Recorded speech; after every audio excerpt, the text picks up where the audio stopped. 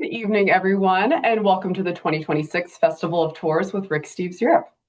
My name is Emily Burks, and I will be your moderator this evening as tour guides Lisa Friend and Charlie Rawson whisk us away to the British Isles for a look at our tours in Britain and Ireland. But before we catch up with Lisa and Charlie, please allow me just a few introductory announcements. We are officially on to night 3 of our 9-night travel festival. Tonight, the star of the show is our Britain and Ireland tours, but we still have 6 programs after tonight, and you can register to join us for any or all of those using the link in the chat widget. And if you miss a live show, do not fret. We will post the recordings to all of these programs on our website as well as our YouTube channel, Rick Steves Travel Talks, within 48 hours of the live show. I am also excited to share that our 2027 tours are officially open for registration on our website. We have not made an official launch announcement quite yet, but you early birds heard it here first, so you can start your shopping. And in more good news, we are also offering you all $100 off per traveler on all of our 2027 tours, just as long as you book by Monday, July 6th. And that discount is automatically applied at checkout. But if you just can't wait until 2027 to travel with us, I have more good news. We still have some room on our 2026 tours, and a number of them are on sale, some of them up to $500 off per traveler. If you would like to go shopping for some tours on sale, simply head to ricksteves.com/tour sale. I also would like to invite you to join us for another virtual event series that we offer, Tours 101. This is essentially a crash course in the Rick Steves Tour program, and we are hosting our next sessions on May 19 and June 25th. And during Tours 101, we will dive deep into our travel style, and we will paint a picture of a typical day in the life on a Rick Steves Tours. We will talk about our small, fun, and friendly groups of 24 to 28 travelers. We will talk about how we are an educational tour company and we are curating authentic local experiences for our tour members. We will talk about packing light and right, and Charlie and Lisa will touch on our travel style during the presentation as it relates to our tours in Britain and Ireland. But if you would like a more general overview of our tour program, I highly recommend that you join us for Tours 101. Another thing that we cover in Tours 101 is we like to give you some tips for choosing the right tour itinerary for you, based on how much time you have to spend in Europe, based on your interests, or maybe the experiences that you're looking to have. And that is more important now than ever before because we officially have over 50 itineraries to choose from, spanning all across Europe. But tonight, as I mentioned, the star of the show is our Britain and Ireland tours. And so on that note, everyone, please join me in welcoming our 2 hosts for the evening who are going to tell us all about our Britain and Ireland tours. It's Lisa Friend and Charlie Rawson. Good evening. Hello, everyone. Hey, guys. How you doing? Hello, you two. I am very excited to see you. But before we get started, I know that the 2 of you are gearing up for the 2026 tour season. I think both of you will be on tour in just a matter of weeks. So what have you been doing with your off season? Do you want to go first, Charlie?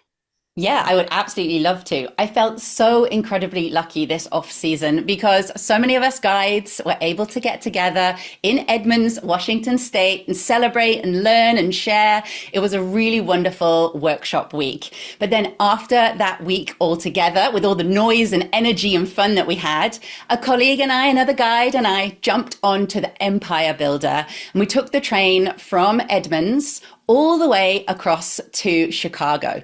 We stopped in a couple of places on way and it was absolutely incredible to meet local people in the middle of America, and I'd never been to any of those states in between, so it was a real joy. And then since then, I came home and I've been spending some good quality time with my husband, and just last week we got back from walking the Camino de Santiago. In fact, it's the 3rd time that I've been grateful enough to walk, and so 3 of my shells are back here on the wall behind me. Well, that is very active. I had a luxury a luxury vacation with a lot of my coworkers after the summit. I went to Singapore for a few days with 6 of my colleagues, and then our sweet friend Divya that we work with, who was behind the scenes last night, she guided us on a private tour around southern India, and it was amazing. Just wonderful food, sweet, kind people, and it was probably the furthest culturally I'd ever been from home, and it broadened my perspective. Amazing. And I have to say, I also have traveled with one of our coworkers. Jen and I actually went on a tour together. So here at Rick Steves Europe, we all love each other so much that working together is not enough. We also have to travel together. It's okay. It's true. Well, I am very excited to see what you two have put together for us this evening. And so I am going to hand it over to you. Okay, well, I would be happy to start. These beloved countries, you can see we have 5 different flags that we are dealing with because it's 5 separate nations. And Charlie's going to get into the differences and the commonalities. And so I want to introduce her to do that, but we're just talking about the Republic of Ireland, Northern Ireland, Wales, England, and Scotland. So, Charlie, it is all yours, my friend. Absolutely. Thank you so much for the intro. I'm so excited to share about these 5 nations. Now, as you come to these places, wonderful news is that English, of course, is the main language across the region, making interaction with the locals nice and easy. But you get a huge amount of linguistic color with regional languages, dialects, and accents. So what you can see here in the slide on the left-hand side is a little bit of Scottish Gaelic, and on the right-hand side, a little bit of Welsh, but also in Ireland, you'll find Gaelic, and then in Cornwall, you'll also have Cornish. So plenty to get stuck into if you like your languages. Another similarity that runs throughout our nations is the royal family. They're a common thread between the 5 nations for sure, so there's a historical link. But not all regions and communities have the same opinion of the British Crown. It's a complex and multifaceted relationship that's fascinating to explore whilst you're here. Now, I'd really like to talk to you guys about an ingrained custom that highlights fairness, patience, and politeness. And of course, it's the national sport of queuing. Now, jumping the queue is absolutely just not cricket, and the risk of reprimand of an audible tutting might take place. So that's one of the ones to look out for. You'll see plenty of orderly queuing indeed. Now let's talk about some other things that tie us together and bind us. It's our sports. So with rugby, one of the greatest elements of rugby in the springtime is the 6 nations. And that's when you have Ireland, Wales, Scotland, England, France, and Italy all battling it out. We've got a collective love of this sport for sure, but we're also showing regional pride through this fierce competition, which I love to get stuck into. Now, aside from rugby, we've also got football, what you guys would call soccer. Every school has a team, and the women's football has really gained a huge following in the last few years. Now, what the saying is that goes with these 2 sports is that football is a gentleman's sport played by ruffians, and rugby is a ruffian sport played by gentlemen. So make sure you have time to see one of each whilst you're here, and you can decide which makes more sense to you. Now, one final sport I would love to mention, and more so than any in this week following the Masters with Rory McIlroy winning, of course, is golf. Now, up in Scotland, you'll certainly get a taste of that in St Andrews, but it's one of those sports you'll find throughout our 5 nations for sure. But of course, we have regional, national sports. For instance, cricket in England. So many villages have their cricket pitch and their clubhouse. But then in our Celtic nations, in Ireland and Scotland, you have hurling and shinty. Hurling on the left here, shinty on the right. They're kind of similar, like a cross between field hockey and lacrosse, and pretty fierce to boot. Now, one of my favourite things, because I travel with my taste buds, that weave us all together as different nations are our foods. The full English, Irish, Scottish or Welsh breakfast is delicious and determined by whether you've got black or white pudding included, maybe haggis or a tatty scone, and that will determine which of the nations that full breakfast can be attributed to. Other food types you will definitely stumble across is the classic fish and chips. This one's a bit on the posh side, to be honest, because we've got a wee salad there as well. But you'll get haddock or cod, and then you have to have, it's absolutely non-negotiable. You've got to try it with salt and vinegar, plus mushy peas. Absolutely delicious. Now, finally, of the food selection that I want to share with you is our Sunday roast.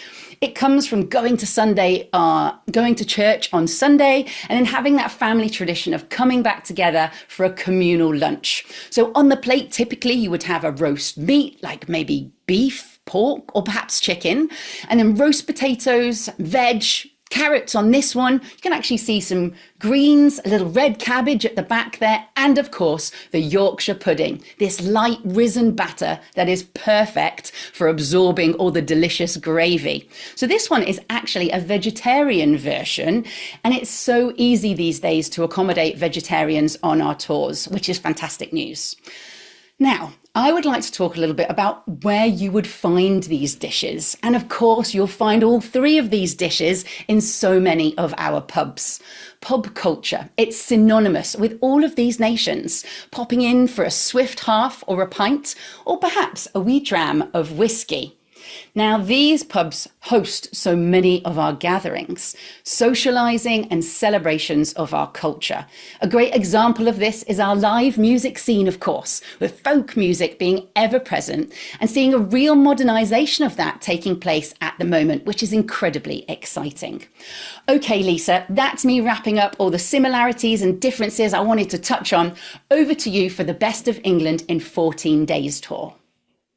Thank you, Charlie. It's awfully fun to be with you on screen because your enthusiasm, especially at 2 a.m. your time, is just admirable. So I'm going to get down to a little bit of brass tacks. We're going to get started on our adventures. Our Best of England tour, which is sadly misnamed because it does include Wales, but our Best of England tour in 14 days is a great introduction tour. And we start in Bath, which is an easy bus or train ride from London. We see the gorgeous Bath Abbey, one of three very important Gothic churches on this tour. We start off with a walking tour around Bath, going to the Georgian pump room. We love walking tours on our Rick Steves itineraries because we want to give you a strong introduction and orientation to a place so you're comfortable during your free time. And generally about a third of your time is free on any Rick Steves tour. So Bath has natural hot springs that the Romans enjoyed 2,000 years ago, and we will visit the ancient Roman baths of Aquae Sulis, and the Roman goddess Minerva will watch over the ancient baths in the adjoining museum. Now, Bath's heyday was during the Georgian period, which I mentioned, named after King George's 1, 2, 3, 4. And a lot of its architecture was built in the 1700s. So it's very harmonious. Except for the cars in this photo, you could absolutely imagine Jane Austen walking down the street. We love Bath so much that we start our Best of England tour here and we end our South England tour here as well. And I just love this picture of the Pulteney Bridge. It's one of the last remaining medieval covered market bridges in Europe. Some of you may be familiar with the other one in Florence, the Ponte Vecchio. Charlie, take us away. Well, I would like to mention how lovely it is to walk along the Kennet and Avon Canal. It offers lovely flat walking around Bath, and you get to see people living and working on the water. But one of my absolute favourite places to walk is the Cotswolds, which is next up on our tour. These chocolate box villages and rural vistas. Taking walks into rolling agricultural landscapes here is just second to none. It is fantastic. Here in Stow-on-the-Wold, we are nestled within this gorgeous landscape. The history of wool through farming and industry. This area became rich through this world. And now the stunning architecture houses independent shops and cafes aplenty for you to experience the insides of these buildings. This is the perfect place to take a wander and steal a peek into gorgeous gardens and floral bonanzas. The look at the wisteria on that last slide was so gorgeous. The smell, the bloom, absolutely love it. I think I can smell it from over here. Now, passing through kissing gates and along the cutest of pathways, flanked with dry stone walls, you can feel how many have walked these paths before you. Out across open pastures next, dotted with 300-year-old oak trees. These paths are peaceful and predominantly flat, which makes them wonderfully accessible. So as we walk, you can catch a glimpse of grand country houses of a bygone era, tucked behind hedgerows and tree lines. Absolutely stunning, like peeking into a secret world.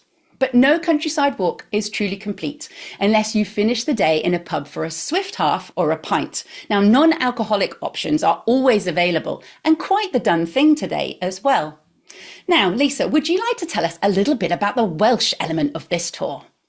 As my mother's maiden name was Evans, the first or second most common surname in all of Wales, I would. But first, before we go on, will you tell us what a swift half means?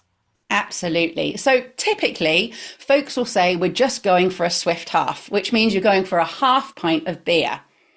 But more often than not, it does turn into a pint. So that's just a warning from the outset. But people will generally say, let's pop in for a swift half, but it might take a bit longer than you expect. Speaking of a swift half, before we get on to Wales, and while we're still in England, I am enjoying a cider this evening, which comes from the region around where you live, not that far from Bristol. Is that correct? I absolutely enjoy a good cider in the summertime, most definitely paired with perhaps a rugby match. We've got a couple of different cideries. One is only a 40-minute walk away from where we live across the fields, which is a beautiful walk nonetheless. So it's very nice to have the local orchards with all the trees, with the apples. It's stunning. And then you know it's super local as well. Okay, well, as I said, Wales is what we're going to talk about next, this stop on the Best of England tour. Wales has the most fun flag of all the countries that we visit tonight and is a favorite stop among our tour members.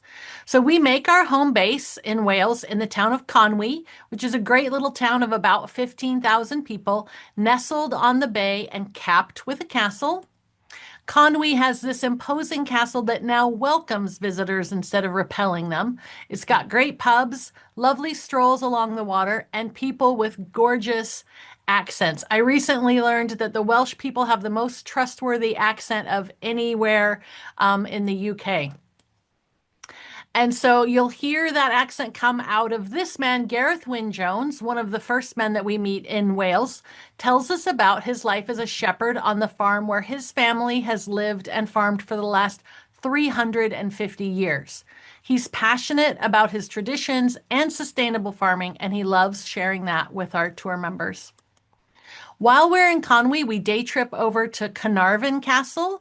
Carnarvon Castle is important because this is where the Prince of Wales had his investiture on that Welsh slate circle in the picture in 1969. And this castle is a fantastic example of medieval architecture. And we have a fun tour around the castle grounds with a lively guide, usually named Sue. And in the afternoon, we take a scenic drive through Snowdonia National Park. Grateful for our professional driver and happy that we are not doing the driving ourselves. That's a theme that will come in later as well. On our way out of Wales, we stop at the stunning Bodnant Gardens. Now, I'm not much of a garden person. I kill all my houseplants, but I am fascinated with the gorgeous, gorgeous flowers here, and especially the laburnum tunnel that blooms here in the late spring and early summer. Speaking of blooming, I hope that's not a bad word, Charlie, because I'm going to turn it back over to you. No, that is perfect. We are now heading to the Lake District. Thank you so much for that Welsh adventure. From the Lake District, this is a place I have a huge, unending amount of enthusiasm for, so buckle up, folks. The English Lake District it's a highlight, absolutely highlight on this tour. And the boat ride that we take goes across Derwentwater. It truly exemplifies the beauty and majesty of nature in this area. Now, traveling from Keswick, where we stay, our launch boat is historic and charming, and time out on the water allows you to be utterly present in the moment. And you might even get to meet a few furry friends whilst you journey to your destination across this stunning waterway. So you'll see, whilst on the water, there are stunning fells. That's what we call the hills. And the ones in this image are called cat bells, that kind of two bumps in the medium ground there, just behind that island. Now, for the adventurous on the tour, you might want to strike off from the group and climb to the top of Cat Bells. And as you can see from this view back down, it's absolutely stunning. And the elevation is only 1,500 feet. When walking in the UK and Ireland, go prepared for all weather with water, jackets and sturdy shoes, because there's no such thing as bad weather, only a bad choice of clothing. Now, the Lake District is renowned also for tea and cake. Right on the banks of Derwent Water is Lingham Estate, where Beatrix Potter holidayed nonetheless. And these days they serve delicious cakes with edible flowers decorating the top. Absolutely divine. The wander back from Lingham to Keswick, it's mostly flat and beautifully dotted with a few refreshment stops en route. Now, another of my favourite stops just outside Keswick, really on the outskirts, is called Castle Rigg Stone Circle. It's a similar age to Stonehenge, so about 5,000 years old, and it alludes to a community of people gathering. I always think it invites us to imagine who they were and why this place was so important to them. Now, Keswick itself is the town that we base ourselves in. It's a fabulous, friendly market town with pubs, chip shops and oodles of history and outdoor gear shops, which I love popping into. But we're now leaving Keswick and the lakes behind us. We travel along Hadrian's Wall, the most superb of Roman structures, which once marked the edge of that powerful empire. We'll make a stop at the active archaeological dig before travelling on to York. Hey Lisa, could you show us around York, please? I would love to, because York is my favorite city in England after London. It has a strong Viking history from the early medieval period, and these atmospheric lanes in a neighborhood called the Shambles. So you can see that the houses overhang the streets on the top floor. And since today is April 15th, and I'm probably not the only one hurting from paying my taxes, I'll point out that since a house was taxed on its size on the ground floor, people maximize the untaxed upper floors. Pretty smart. The crowning jewel of York is its minster, which is the largest Gothic church north of the Alps. The inside of the church is stereotypically Anglican, not as ornamental as a Catholic church down in Rome, but stately and with clean lines. The York Minster also has the largest expanse of medieval glass in Britain, and the west window is the great heart of Yorkshire. So I don't know if you can see that. I'm going to use my mouse. See that heart? I think that's so charming. Beautiful. And during the Middle Ages, the stained glass windows of any church acted as a visual interpretation of Bible stories. So you can see Adam and Eve here. Very interesting. I also like to advise tour members that they should very seriously consider climbing the ramparts around York. There aren't that many places left where you can do that, and it's a fun stroll. And before we say goodnight to York, which has great walking tours, even in the evening, York has some of the best ghost tours I've ever been on. York is very walkable, but I'd like to talk about some taste treats on the Best of England tour. So one of the things that all of these tours have in common is great pubs. Pub is short for public house. They're open to all, and as Charlie said, a great place to socialize. A tip I learned is if you want to make friends, stand or sit at the bar. If you sit at a table, nobody will bother you. So you're sending a signal out that you're there to socialize if you're at the bar. But ale aficionados will certainly enjoy all the English IPAs, bitters, and stouts. Now, before we leave York figuratively, I want to mention two other taste treats that we enjoy on this tour. Afternoon tea, cream tea, high tea. Sometimes here at Betty's Tea Room, where RAF airmen during World War II left messages scrawled on the mirror behind the bar. You can still see that today. Or sometimes we have tea here at the National Railway Museum, which feels like you've stepped back in time. Speaking of stepping back in time, I saw this picture and I had to ask Charlie what the heck it meant. So I had to sneak this slide in because my dad is a Yorkshireman, born in York, Whitmer Gate. It's the shortest street in York with the longest name. This is a great example of Yorkshire wit and humour, as well as a taste of the local dialect as well. And the 16th century name is said to mean neither here nor there because it's such a short street. I absolutely love it. And there is a Viking tie-in too, right? Because gate in York means street, but it would have come from the Danish gata, right? Absolutely. Nailed it. Yeah. Perfect. Okay. Well, speaking of nailing it, it's my turn to stop and turn this back over to you. Oh, thank you so much. Well, I am a bit of a train geek, hence why I wanted to take that journey from the West Coast over to Chicago in January and February of this year. So let's hop on the train because we say a fond farewell to our bus driver in York and travel by train down to London. So we leave from this impressive 19th century station and the train takes just over 2 hours. It's a comfy and direct journey. We whiz through pastoral English countryside. The journey takes you south through then more built-up towns as you get closer and closer to London, eventually arriving into London King's Cross Station. It's a hubbub of activity where modernity and historic architecture coalesce. You really know that you've arrived in England's capital city when you arrive here. And for our Harry Potter fans, perhaps you'll want to see if you can pass through to platform 9 3/4 in your search for Hogwarts. Now, over and back to you, Lisa, for us to explore London a little more. Well, let's pretend we didn't pass through the wall at platform 9 3/4 and talk about what we do on the last few days of the Best of England tour. While we are in London, it's the culmination of the tour, and you're going to see the Tower of London, one of the most important buildings in the city. There are no pictures allowed of the crown jewels, so I grabbed this one from Charlie. This is when they were out actually doing their job as the state jewels at the coronation of King Charles III. Nearby, you have the gorgeous Tower Bridge, and not the London Bridge. This is the Tower Bridge, but in a fun and efficient way, which are hallmarks of a Rick Steves tour. We leave the tower and take a cruise to Westminster, along with some fun narration. So we see the tallest building in Europe, which is called the Shard. It costs about $50 to get to the top. It is not my preferred skyscraper in London because of the cost.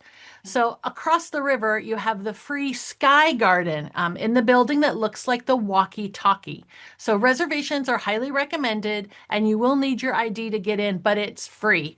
And as my friend Charlie told me yesterday, it's free until you buy one of the cocktails that are $20, but it's worth it. It's a gorgeous view, and you can actually go outside and walk around a little bit. And one of the things that I love about London is how witty they are about their buildings. They don't take themselves too seriously. So we have the walkie-talkie in this picture. We have the lipstick, the cheese grater, and in the very far distance, we have the gherkin, which is British for pickle. So we end our cruise at Westminster Pier to see Big Ben. And then we visit Westminster Abbey with its fantastic perpendicular Gothic architecture. Some of the tours, the Best of England tour dates, will see Westminster, and some of them will see St. Paul's. So that's clearly labeled on our sign-up page, and it just depends on the day of the week. St. Paul's is also equally stunning. A lot of people know what the inside looks like because they saw the wedding of Princess Diana to Prince Charles at the time, but a wonderful dome that you can climb. And as we say goodnight to London, we're going to segue into a tour that I have been on as a tour member, not guiding, but as a tour member 3 times. That shows you how much I love it. We're talking about the Best of London in 7 days. So this is one of the ways that your guide will communicate with you. They're always going to put up a daily schedule. It's always going to be by the front desk. So we did so many fun things and unique things on this 1-week tour of London. It was great to dive into the city. One of the things that was so fun is we went on one of these old Route Master bus tours to get us oriented, and our guide pointed out all the great things that we were seeing and that we were going to see in the week ahead. And we felt pretty cool. I mean, some of the times the Route Masters don't have the ceiling on. It did when because we were there in March. But I'm sure that we were in a lot of people's photos as we were rolling by. One of the really cool things that we do on the London tour is we go to an early opening of the Tower of London. So we see the ceremony of opening up the tower, which is really cool. There's like maybe 30 or 40 people that are seeing that. And then we are first in line to see the crown jewels. One of the other things that we do on the London tour is we go and do a tour of the Globe Theatre. So the recreation of Shakespeare's Globe Theatre, which some of you may recognize from Hamnet. And one of the favorite things that we did, this is me in the red coat with my daughter next to me and two of our fellow tour members who were so much fun. We went on an East End of London food tour and we tried about 6 different things and the guide tied it together beautifully with a history of the neighborhood. So the East End of London is vibrant, but it is still somewhat gritty and it has always welcomed a variety of immigrants. And so we enjoy a variety of foods from their cultures, from the Jewish people. We have bagels to gentrification, where we have the internet star dessert humble crumble. And because there's a large population of immigrants from Bangladesh, this part of town offers some of the best curries in town, which we tried on the food tour. So we also make time for the traditional English fish and chips. And this is Poppy's, which has been voted one of the best fish and chips places in London many, many times. One of the reasons I love London so much is because of its vibrant theater scene. We easily equip you with which nights are free because London has some of the best theater anywhere. And to me, it's very affordable. I think it's cheaper for me to see a play in London than it is for me to see one here in Seattle. Jen linked my favorite website for buying tickets ahead of time. And I took this picture of my sweet daughter, Nora, because these were the 2 plays that we booked ahead. So one was a Stranger Things play and the other one was Hamilton, which we'd never seen live. So I took that picture of her. We booked those from home, as I said, but then we went to Leicester Square on another free day and we walked up and bought half-price tickets to Wicked. So that's a little tip. If you have something you really want to see, book it in advance. If you're open to anything, go to Leicester Square and the TKTS booth, or you can do it online now and see what they've got on their push list, and you'll easily find something to watch. So one of the things that we do on the London tour is a day trip. So we end our week with a visit out to Windsor Castle. It's about 45 minutes by train. So there's another train ride on this tour, but not quite as long. And it's one of the wow moments on the tour because Windsor Castle is still inhabited and the docents are really chatty. So it's a lot of fun, I think. So we're going to switch gears and we're going to go to our other English tour, the Best of South England in 13 days. Now, along the south coast of England, we get a variety of gorgeous natural scenery, and we stay 3 nights in the smallest of the Celtic corners of the island in Cornwall. But we start our Best of South England tour in the charming and easy-to-reach Canterbury town. It's got evocative half-timbered buildings, a population of about 72,000, and one of its prime industries is education. So all of the students give it a really vibrant energy. And some students make extra money by punting people up and down the River Stour, which our tour members really enjoy. We have a fun visit to the cathedral. We meet stonemasons and we see this stunning Gothic cathedral. And one of the things the tour members really like is they get to meet with the stonemasons, as I was saying, and they hear about the restoration work that we do with the stained glass artisans on the tour. Now, going down to Dover, it's a seaside town with a castle overlooking it all. You can see the Victorian walkway, the modern buildings, and the medieval castle. And in this picture, you can see France in the very far distance. And the reason I included this picture is because English people say, if you hold Dover, you can hold the island. So it's got a very realistic castle interior. Everything was portable because kings were always moving castles and they took their stuff with them. And it's also famous because of Operation Dynamo, which was the evacuation of Dunkirk, was headquartered in this castle. So interesting World War II history as well. Along the south coast, we visit really great white cliffs. The white cliffs of Dover are really only beautiful from the water. Charlie told me that the best thing about Dover is leaving it. But it's important for the castle, so we visit it. But we take you to the best chalk cliff. So this is Seven Sisters. So you can see it from below, and then you can see it from above. So it's absolutely stunning and such a great place for a light hike. Charlie, you're going to tell us about one of the 350 stone circles in England. Absolutely. And I'm incredibly enthusiastic about Stonehenge because of its wonder and mystery that's imbued within it. So this 5,000-year-old site gives us a humbling sense of perspective and where we are in a sense of time. It's an awesome respect that we have for our ancestors by seeing this site as well. They created this brave and inspiring monument in the landscape for us to see thousands of years later. It always takes my breath away whenever I see it. But continuing on the theme of mystery and mythology, Tintagel connects story weaving with history at this evocative site on the Cornish coast, supposedly the site where King Arthur was born. Now, the legends of Merlin and Guinevere are intertwined with the castle itself, and that was built in the 1200s and at its time was at the centre of a powerful trading network. But today we access the rock upon which the castle ruins sit via an impressive bridge that reaches out from the mainland. And from this bridge, you get incredible views out towards the Atlantic.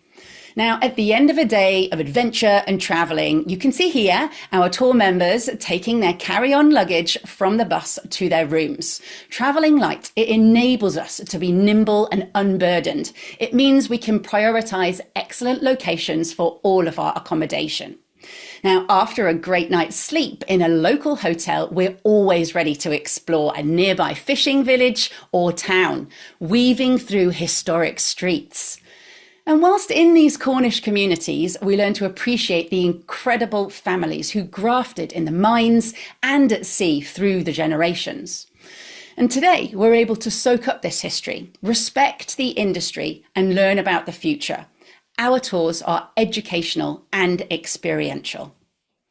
So we will become part of this band, a band of merry travellers who are not passive tourists, but are people who want to learn, who are asking questions. And what better way to do this than at a cooking class, making pasties. Now notice I say pasties and not pasties. These are a very traditional handheld meal from the southwest of England. These pastries are typically filled with beef and potatoes, swede and onions. They were the food of miners, and they'd hold the crimp, which allowed them to eat their food without contaminating their meal with their dirty hands. Today, we eat the filling, the crimp, and all. This is a delicious and typical lunchtime meal that you will find throughout the UK. Now, on to St Michael's Mount, the medieval castle and church, once home to monks that were connected to the community at Mont Saint-Michel in France. It has been in the possession of the St Alban family for centuries and is accessed by this tidal causeway that you can see in this stunning image. This is a real hidden gem, and we are so lucky to visit this site on our tours. So this itinerary actually finishes up in Bath, which we've already discussed as part of our Best of England itinerary. So you have several options from here. You can join the 13-day tour of England, or you can see in the image on the bottom left-hand corner that you could take a walk along some of the Cotswold Way, starting in Bath. Or the final suggestion I have for you is that you could jump on the bus to Bristol Airport. Now, I head up to Scotland to lead our Scotland itineraries on a regular basis by flying from Bristol Airport because I'm based down in Somerset. You can fly to Glasgow or Inverness, depending on which of the Scotland tours you prefer to take. So let's start with a deep dive into our 13-day Best of Scotland tour that starts in Glasgow. We do 2 nights in Glasgow and then head via Stirling up to Oban for 3 nights, which leaves us with the opportunity to hop out to the islands. Then we head up the Great Glen up to Inverness for 2 nights, and then we head down to the Cairngorms for 1 night, and then following down further south to Highland Perthshire, 2 nights there before heading south via St Andrews into Edinburgh for our final 2 nights of the tour. So, Glasgow. It was a city of industry and ecclesiastical origins. Its name actually comes from Dear Green Place. It has architecture that proves its historic wealth, but it's got an open-hearted community of incredibly hard-working folk. It's the largest city in Scotland at around 600,000 people. But today, it's known for its incredible street art and urban regeneration. The piece you can see here is by an artist called Smug and tells one of the stories of St Mungo, who is the patron saint of Glasgow. Now, from Glasgow, we head up to Stirling Castle, arguably the most important castle in Scotland, because if you held the keys to Stirling Castle, you held the keys to Scotland, very much like Dover and England. We're heading to Oban and we have our 3-night stay here during the tour. It's the gateway to the Isles and the seafood capital of Scotland, and I love to catch the sunset whilst I'm here. Now, staying in Oban means we can access the powerful and moving Kilmartin Glen. It offers us a chance to connect with our early ancestors and walk in their footsteps. But during this hour-long wander through the landscape, we can get up close and personal to standing stones, stone circles, and chambered cairns. We are also able to just be in nature, surrounded by birdsong at this quiet and off-the-beaten-track site. It's a real pleasure to visit, and so often there's almost nobody else there. Now, for those who wish to dip out of this day of tour activities, you can book a 12-hour adventure to the Isle of Staffa. Here you can see the basalt columns like those at Giant's Causeway, and you're able to visit Fingal's Cave. And at certain times of the year, puffins inhabit the island, but be sure to book this excursion well in advance and note that it is weather dependent as well. But back in Oban, you'll certainly have time to enjoy some excellent seafood or fish and chips, super fresh. I love to get a plate of succulent oysters, and you know that they have literally just come out of the sea.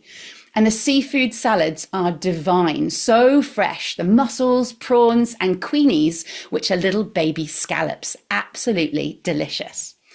But Oban, as I mentioned, is also the gateway to the Isles, and by ferry we take a group pilgrimage to the Isle of Iona.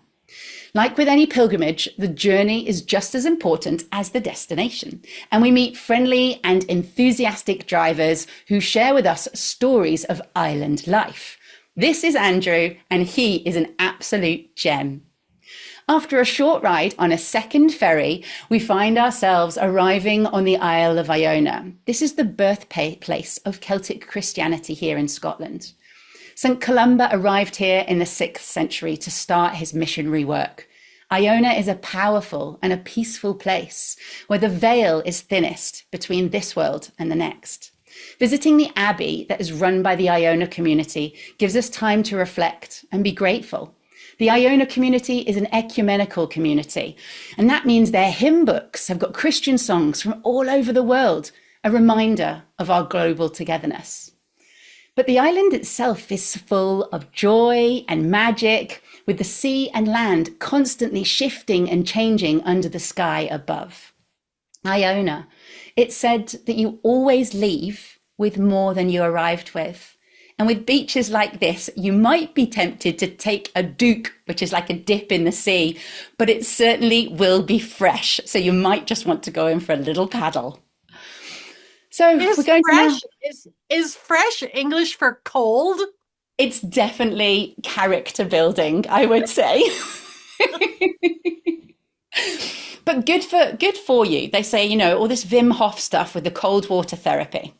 But no, it's not an included activity. But we now have to, it's definitely optional in your free time.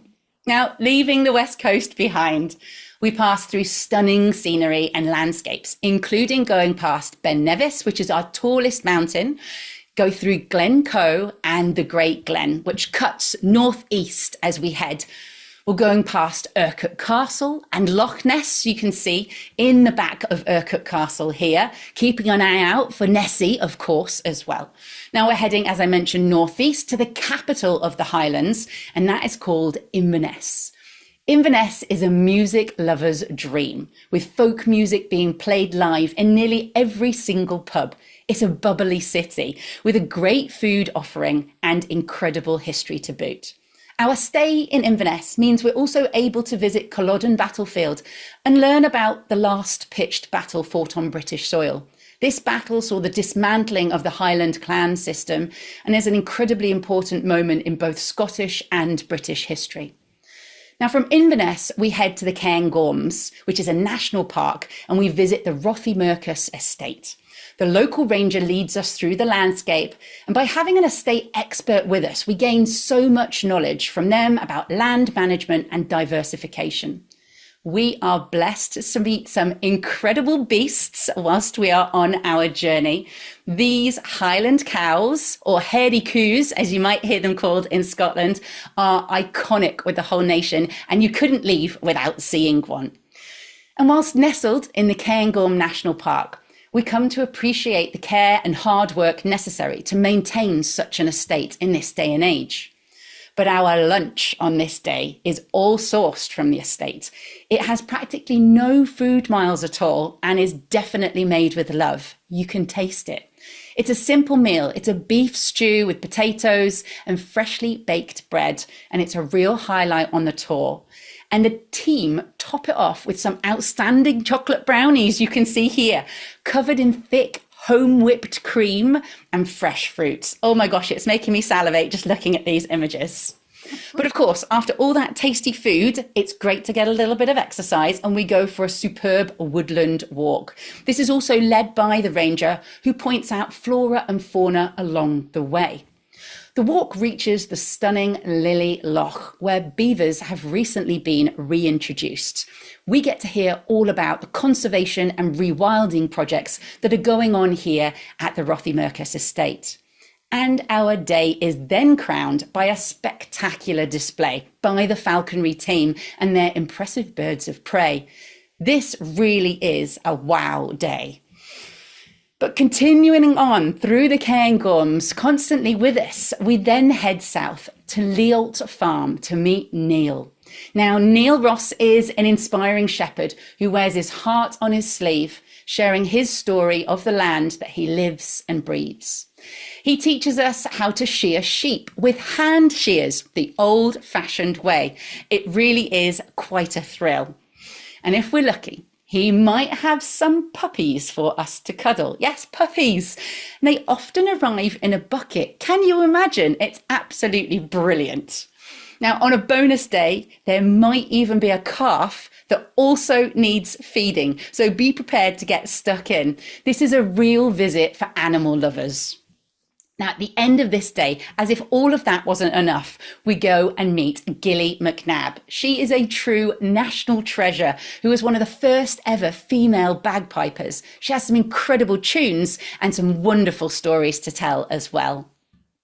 But this tour then has to head south via the pilgrimage town of St Andrews.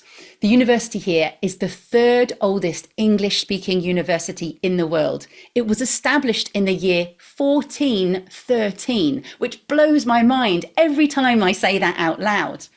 St Salvator's Chapel is a real treat to visit, with stunning stained glass. And my brother actually got married in this chapel because both he and his wife were alumni of the university. But many of you, no doubt, will be on a bit of a golf pilgrimage. And if you're lucky, you can play the ladies' putting green. It's called the Himalayas because it's rather undulating and you only need to pay a few pounds. And then you get to play on this putting green, go home and tell all your friends that you've played golf at St Andrews. What a boon. But this tour finishes up, of course, in our capital city, Edinburgh, and with a local guide who takes us on a tour of the old town, which includes castle entrance. We get to understand why Edinburgh and Scotland are such impressive places to visit. So that draws us to the close of our Best of Scotland tour. But perhaps you don't have 13 days, but would still love to explore Scotland. So we have the tour for you. The 8-day tour focuses on the Highlands and the central sites of interest. 2 nights up in Inverness with a side trip to Loch Ness, then 2 nights in Highland Perthshire, and then heading south again, ticking into St Andrews on the way to Edinburgh, where you have 3 nights in Edinburgh on this tour. So starting in Inverness, it's the perfect place to kick off this tour. Its vibrant culture and Highland stories give us historical context and a greater understanding of Highland culture. We start with an exceptional roast dinner in a local pub that specialises in folk music. It's called McGregor's on Church Street, and you're going to love it. In fact, Bruce McGregor and his team regale us with stories and live folk music. Bruce used to be in the band Blazing Fiddles. I'm sure you'll get the reference, but check them out. They are superb and still playing. This tour takes a visit to Cawdor Castle, which is different from the 13-day tour. Cawdor Castle excels in horticultural. If you are into your gardening, you will absolutely love this visit because the gardens are spectacular. This tour also does a slightly deeper dive into local industry with a visit to Johnston's of Elgin, the woolen mill. You'll have to excuse this rather industrial photo because the Finnish textiles are all embargoed as they make stunning wool fabric for the biggest of names. Think Gucci and Chanel. That's why I don't have any photos of next season's goods that are about to be released. Now, both Scotland itineraries visit whiskey distilleries. Of course we do. I've got a little bottle of whiskey right next to me here. I promise I haven't had any yet. This photo here is actually taken from my kitchen table yesterday, which is why I have to excuse that the bottle is almost empty. But I promise your guides will give you the skills to experience whiskey as more than just a grimace and then fire.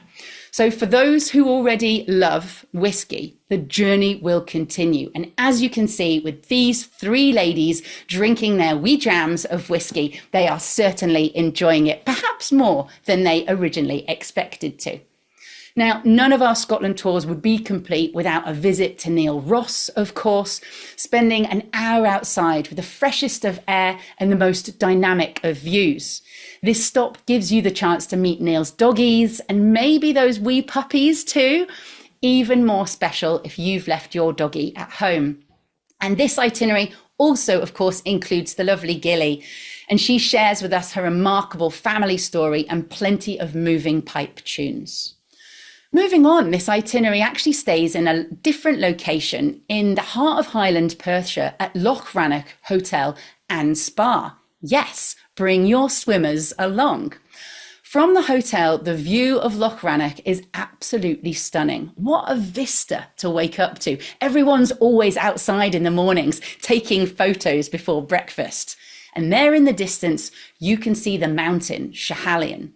Now, I climbed up the 3,500 feet last year to take this view photo back down towards the hotel to give you an idea of how subsumed into the landscape we are here. So if you look down at the loch, you'll see the top right-hand corner or bottom right-hand corner, little white speck, that's the hotel. So that's the gorgeous landscape that we are in. But what it does mean is that there are some windy roads. So if you do suffer from travel sickness, please remember to bring your medication on this tour. This tour continues south, making a stop at St Andrews, of course, for the day, and you get a really good amount of time to see all the sights and have a little go at the putting green if you so wish. We then head further south, crossing the Firth of Forth, the body of water just north of Edinburgh. This is a UNESCO World Heritage Site of engineering, and there are 3 bridges here. The 19th century cantilever bridge you can see here, a 20th and a 21st century bridge. It's a stunning sight to behold. But before arriving into our fantastically located hotel, I want to show you this photo because this photo is taken from the front door of the hotel. Talk about that for a fantastic location in the middle of town. Now, our local guide will take us on tour of the old town. You can see in this colourful image, this is Victoria Street. It's just 5 minutes from the hotel and said to be an inspiration for Diagon Alley. It's full of independent shops and eateries. And in fact, I got this waistcoat from there. Now, let me remind you, we have 3 nights in Edinburgh on this tour, giving us more time to see the capital. This is St Giles, the mother kirk of the Scottish Presbyterian faith. And because of this extra time, we have included visits not only to the castle, but also to the Palace of Holyrood House. This is the official residence of the monarch in Scotland. And whilst we're down at Holyrood, we also have the opportunity to do a deeper dive into Scottish politics, to appreciate devolution and the potential for Scottish independence, a real hot topic at the moment. This is a great visit for understanding modern Scotland. So finally, I have a couple of recommendations. With the extra time in Edinburgh, if you're visiting during August, you'll have more chances to experience the military tattoo, a military parade. It's marching bands from all over the world. It's a real spectacle to behold. So be sure to book well in advance and you can enjoy this great parade that takes place every night of the week apart from on Sundays. And also in the month of August, it's the International Festival and Fringe Festival. So you've got music and arts, comedy, opera, theatre, you've got book launches, poetry readings, and just so much more. It's happening everywhere. It's a superb time to visit Edinburgh. But if crowds are not your thing, then perhaps it's not the time that you particularly would want to visit Edinburgh. So that's me done with our Scotland tours. Now over to Lisa for our island itineraries. Charlie, do you have a favorite of the itineraries before we move on? Oh, that's such a good question. So with the 13-day tour, I really appreciate getting over onto the West Coast and out to the islands. If you have 13 days, that really gives you the full experience. But if you're tight on time, doing the 8-day tour gives you those extra nights in Edinburgh, which allows you to really expand that experience you have in our capital city, whilst also starting in the Highlands. A great compare and contrast. So really, both are excellent, but it's driven by how much time you've got. If you can wriggle that 13 days, that's the one I'd go for. That was a very diplomatic answer. Thank you. You're welcome. So we're going to go across the Irish Sea. We've got the whole island of Ireland, the Republic, and Northern Ireland. So you get a complete view of the Irish experience in 2 weeks. But to help us switch gears, please allow me 26 seconds of your time to get in the mood.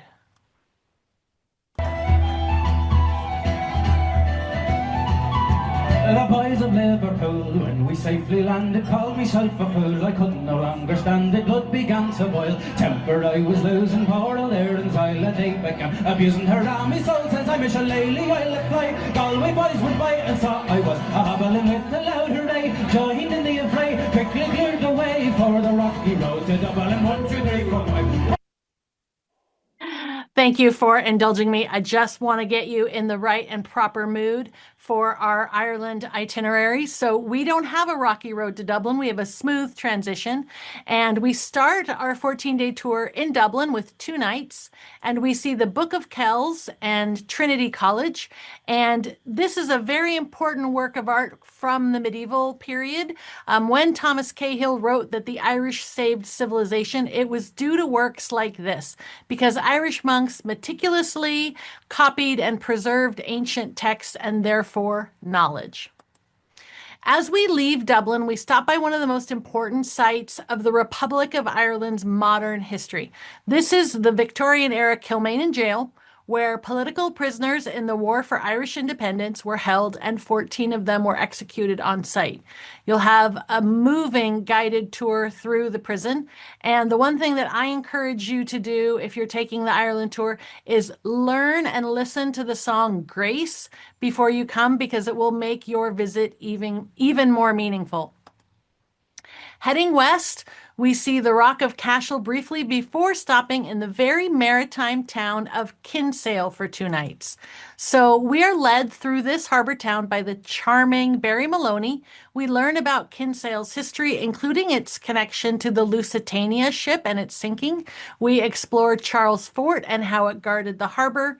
And Kinsale is renowned as the capital of foodie culture in Ireland. So it has fantastic restaurants.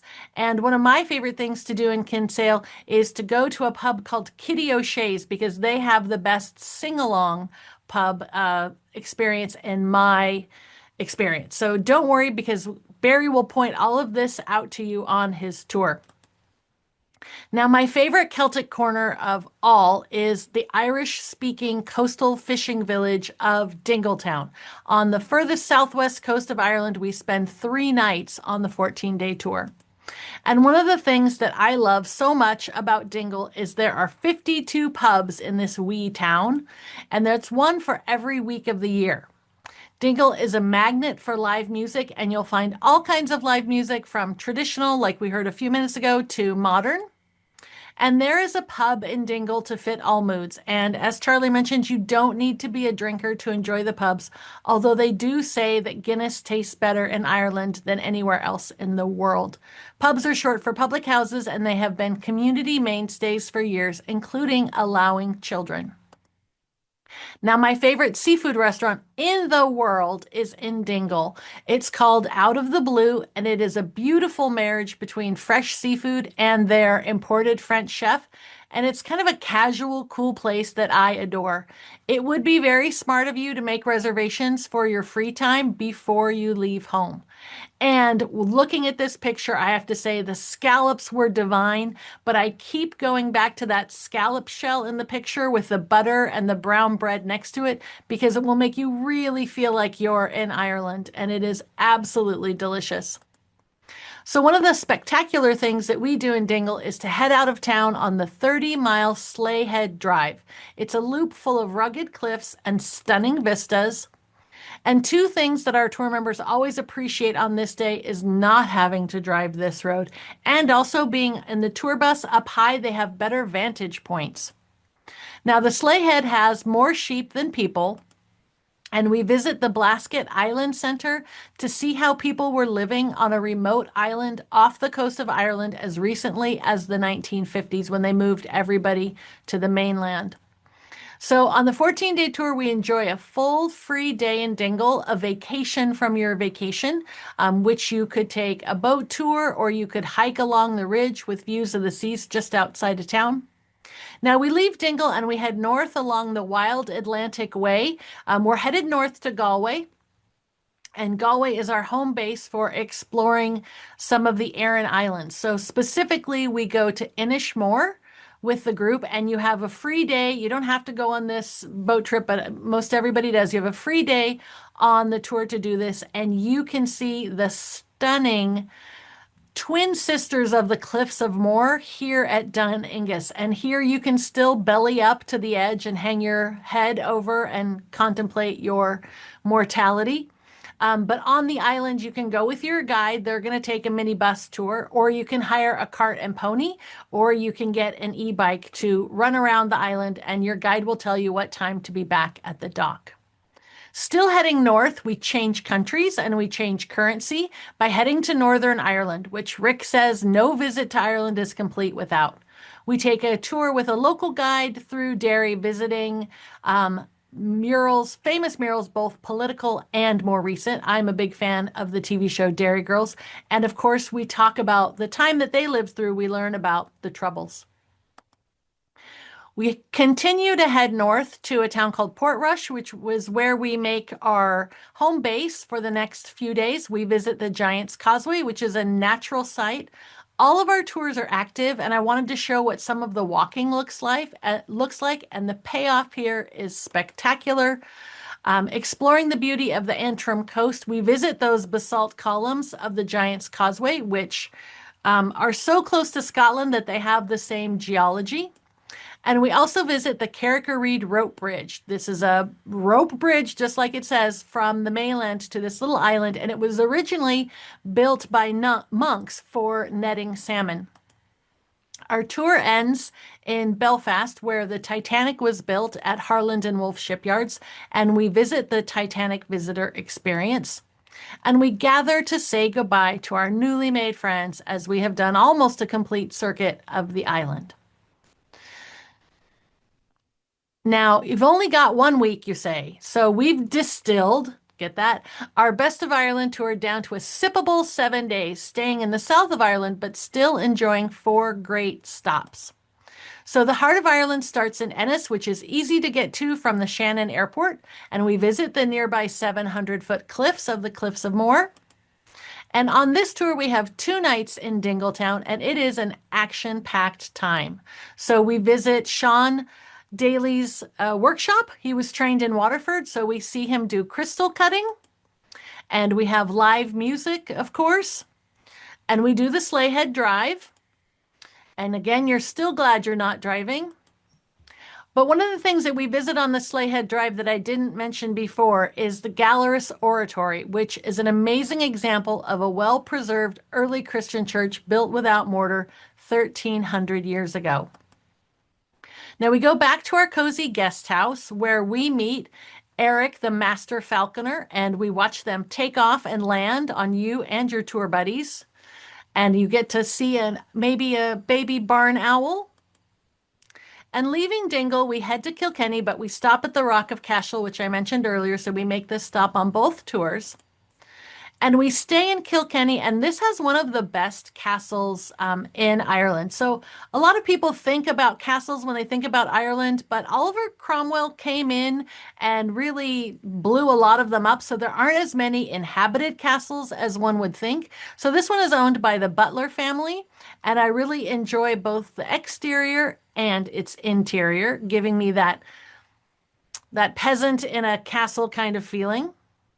And then on the way to Dublin, we stop by Glasnevin Cemetery to continue our lesson on Irish history.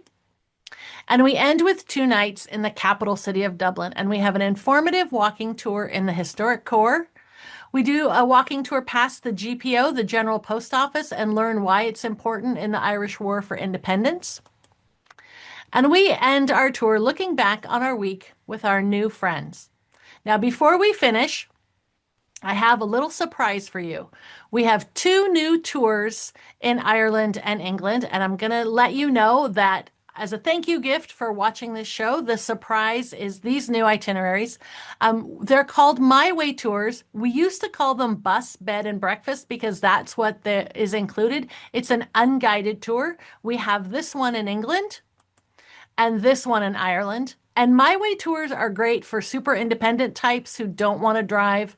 For full details on all of our new itineraries, please tune in next Thursday as our colleagues Aggie and Robin introduce all the new itineraries that we have for 2027.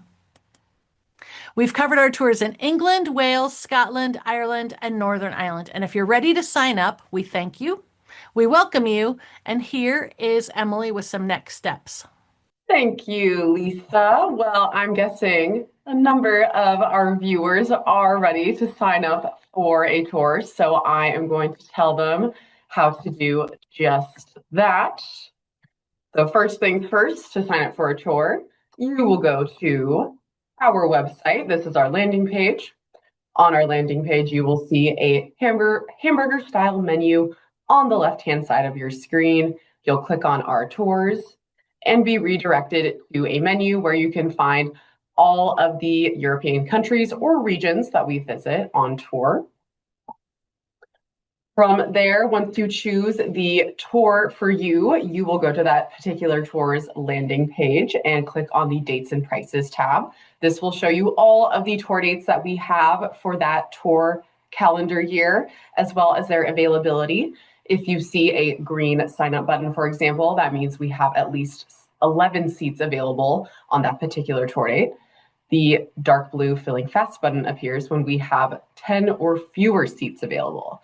And our availability is updated in real time, so you can trust that what you see here on our website is an accurate picture of our availability. And once you are ready to sign up for a tour, you'll hit that sign up button or that filling fast button. you'll be redirected to a easy 5-step sign-up form. During this process, you will put down a $400 deposit per traveler that is refundable for 30 days after you are confirmed on the tour. And our deposit refund policy does shift a little bit if you are a late enrollment.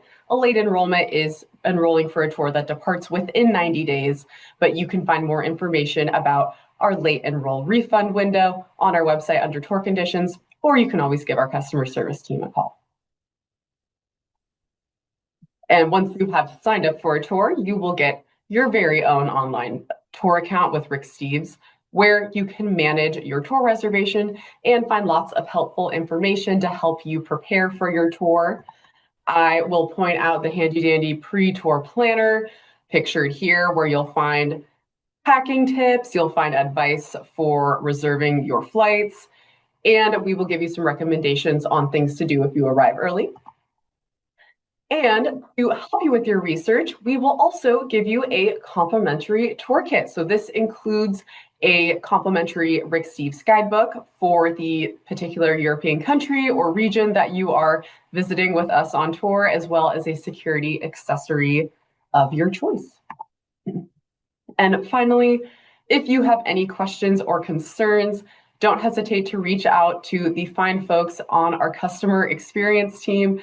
This group of people is truly the most well-traveled group of people I have ever come across, and they are excited to talk travel with you. And you can find them at tour@ricksteves.com. And on that note, it is time for my favorite time of the evening, where I get to ask the two of you questions. And so I think we will start out with a fun one. And well, they're all fun, but with a really fun one. So Tina H is wondering what both of your favorite chippies are. And they asked this question while we were talking about London. So it could be in London, or, you know, if it's really somewhere remote on an island in Scotland, I want to hear that too. So where is it? Well, I will go with one in London. I really did enjoy the Poppy's fish and chip place that we went to on the East London food tour. The batter was very light and fresh. But there's actually a pub at the end of Notting Hill of Portobello Road. The market on Saturdays is great. And every time I go to the market, I end up at the pub at the end of the street, and they have some fantastic fish and chips. And I think it might be called the King's Arms, but I cannot remember. If people really want to know, email me and I will look it up and find it. But that's got my favorite fish and chips in London. Okay, those are great recommendations. I'm going to have to go and try those out. I've got two, which are so close, I don't think I can divide them, but they're both on the coast. One is in Oban. It's called the Oban Fish and Chip Shop. So nice and simple name. And it's just family run. It's used by all the locals. It's really fresh. They just have a few tables at the back. If you wanted to bring your own booze, you can sit at the back. They charge you corkage, and then you just have your fish and chips in there, which is brill. Or my other alternative is in St Andrews. It's called Cromer's. And I'm pretty sure whilst my brother was at university in St Andrews, he survived on fish and chips from Cromer's. So he had some pretty good recommendations. And whenever I use it, I absolutely love it. So those are my two for you. One on the west coast and one on the east coast of Scotland. Very nice. I've been to that chippy in Oban, and that was full, so we had to get takeaway and sit on the seawall, but we had to defend our chips from the seagulls like really strongly because they're vicious. They are, and they work in pairs. One of them will come and distract you whilst another one swoops in and steals your dinner. So you're right to be on it. Like pickpockets in the Paris metro. Yes. Well, people come to us for travel skills, so these are important travel skills, looking out for those tricky seagulls while you're traveling. Okay, well, since we're on the topic of food, this is sort of a two-parter. The first part is for you, Charlie. Natalie was wondering what the meat in your vegetarian roast was made of. And I was also wondering if you guys could expand on that a little bit and talk about how vegetarians fare on our Britain and Ireland tours. Yeah, absolutely. I will kick off. So it was like a Wellington, and a Wellington is a pastry outer casing that's stuffed with vegetables and sometimes lentils and things like that. It's really delicious and goes particularly well with the gravy as well.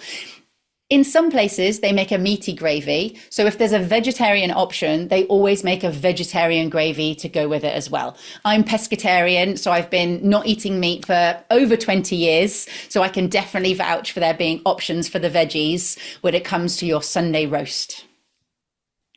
Yeah, and on the Ireland and the England tours, it's really easy to be a vegetarian or honestly to have dietary restrictions on those tours in that area because they're very forward thinking in their labeling on menus. So they'll just put out there like it has gluten or it's gluten free.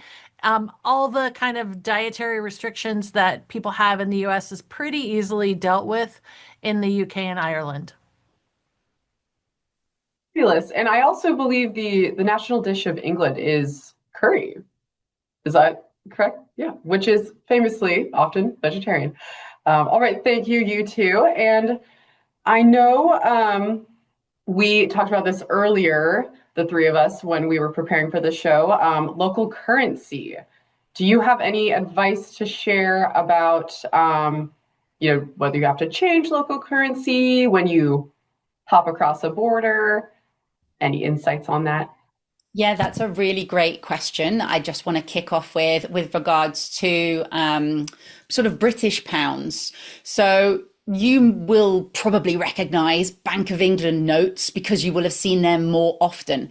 But up in Scotland, there are three banks that also print their own money. There are also banks in Northern Ireland that print their own money.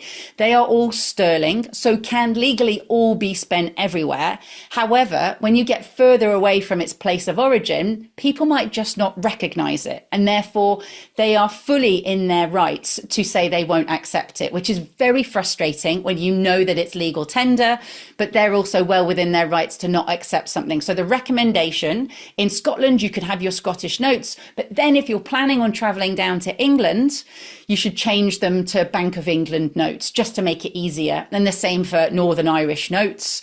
Wales doesn't have any of its own money, I'm afraid, in this instance. They're not printing any of their own. But when you're going back home as well, having those regional currencies can be a bit tricky for exchanging back to dollars. So again, use your Bank of England notes to leave the country with if you're taking cash out of the UK. And for the Ireland tours, you're dealing with two countries. If you're on the big Ireland tour, the 14-day Ireland tour, you're also dealing with two currencies. You're dealing with the euro in the Republic of Ireland, and then you're dealing with pounds in Northern Ireland. I would say probably 70% of our clients are going to go through Northern Ireland. The tour ends in Belfast, and they're going to continue on down to Dublin. So I don't tell them like, don't worry about spending up your euros. If you're going back onto Dublin, you can use them up at the very end of your trip. The other thing I want to say that's specific to the Ireland tour is you want to get the UK waiver, the electronic travel authorization, the ETA. It's about £20, and you need it for visiting all of the places that we discuss, except for Ireland. Ireland doesn't have a waiver right now. You get it online. I just got mine last week. There's an app with a beautiful little crown as its logo. Again, don't pay more than £20. If anybody is trying to sell you one for £20 or more than £20, they're like a third party and kind of a scam. So easy to get. It took me literally 20 minutes to download the app and fill out the paperwork. The other thing I want to say is that we found this out, Emily, is that some people who are going just to Ireland, just to the Republic, they wouldn't necessarily need that ETA, but they're flying through Heathrow, and Heathrow to Dublin or Shannon is considered kind of a domestic flight. So you're going to go through border control. So you need to have that ETA if you're transferring in Heathrow. Ooh. Thank you, Lisa. You're Great, welcome. great tip, as always. Okay, well, I think that we have time for just one more question tonight. And so I think I counted right that we just covered 9 different tours if you throw in that shout out for the new My Way tours that we have for 2027. And this could be hard, but I was wondering if the two of you could give me your own personal favorite wow moments from just one of these 9 itineraries. Wow, that's a biggie. I'm gonna go first, Charlie, because Do it. I want them to end with you and your fabulous accent. But I'm gonna say it's gotta be Dingle. It's gotta be going to a fantastic seafood dinner at Out of the Blue and then walking 4 minutes to a street and listening outside of 2 or 3 pubs and figuring out which one I want to go to. And then they're so welcoming and they're so fun that I literally was sitting at a pub and there were some tourists there that were not our tourists, and they were singing a John Denver song. But I think they were English. Sorry, Charlie. They only knew like one chorus. And I was with my friend, Karen Kibbe, who's also a guide. She was in Ireland while I was there. And we were just mightily offended that these people would sing our sort of national songs and not get them right. So we started singing all of it, but that's not the point of the story. The point of the story is there was this woman that I was sharing a table with, and she started singing with us. And she was an older woman and she just belted out. Like, I'm getting shivers just thinking about it. She started belting it out and we just stopped because we were in awe of her. And then we found out that she was from Dingle and she came into this pub every once in a while, but people knew her and they knew what a great singer she was. And she kind of gave us a private concert of like 4 or 5 songs. And I was just blown away. It was a magical, magical night. Wow. That's a fantastic, fantastic story. I absolutely love it. Oh, so I'm torn as per usual, divide and conquer. So for me, Iona is this magical place where you reach out and you connect somehow to something which is beyond. It's a place where synchronicity takes place. And if you can be aware of what's going on around you, you can almost hear and see signs that are calling out to you. It's so special. So Iona is incredibly special indeed. Oh, I think it's possibly my favorite, especially if you have a wee duke as well. But equally, the giggles that we have when we're playing putting golf in St Andrews and the whole group head down and spend a couple of pounds to just putt and laugh and have a real joy of a moment. It's so much fun. And that always warms my heart and really indicates what magic we can create collectively as a group when we become this merry band of travelers. We're like an extended family. And it's always so hard at the end of our tours to say goodbye to everybody. That's the thing I'm absolutely worst at. I cannot do the goodbyes. It breaks my heart every time because we do create something so special. And I can tell that we're getting close to the end of this as well. And that goodbye is coming too. And that's why I wanted to go first, Charlie, because I knew you would wrap it up with something heartfelt and gorgeous. And you sure did. Well, thank you both so much for this lovely, fun, and informative evening. I've been keeping my eye on the Q&A, and over again, I've seen, I love Charlie and Lisa. They are so enthusiastic, and this is so informational. So, yeah, this has been a blast. Thank you both so much for joining us. Thank you so much Emily, for for having all us. your hard work. Absolutely. All right. Well, good night to both of you. And now, good night to everyone at home. Thank you so much for joining us and spending your Wednesday evening with us. We will be back tomorrow night for another presentation, this time on Central and Eastern European tours. You can register to join us live using the link in the chat widget. And until next time, happy travels.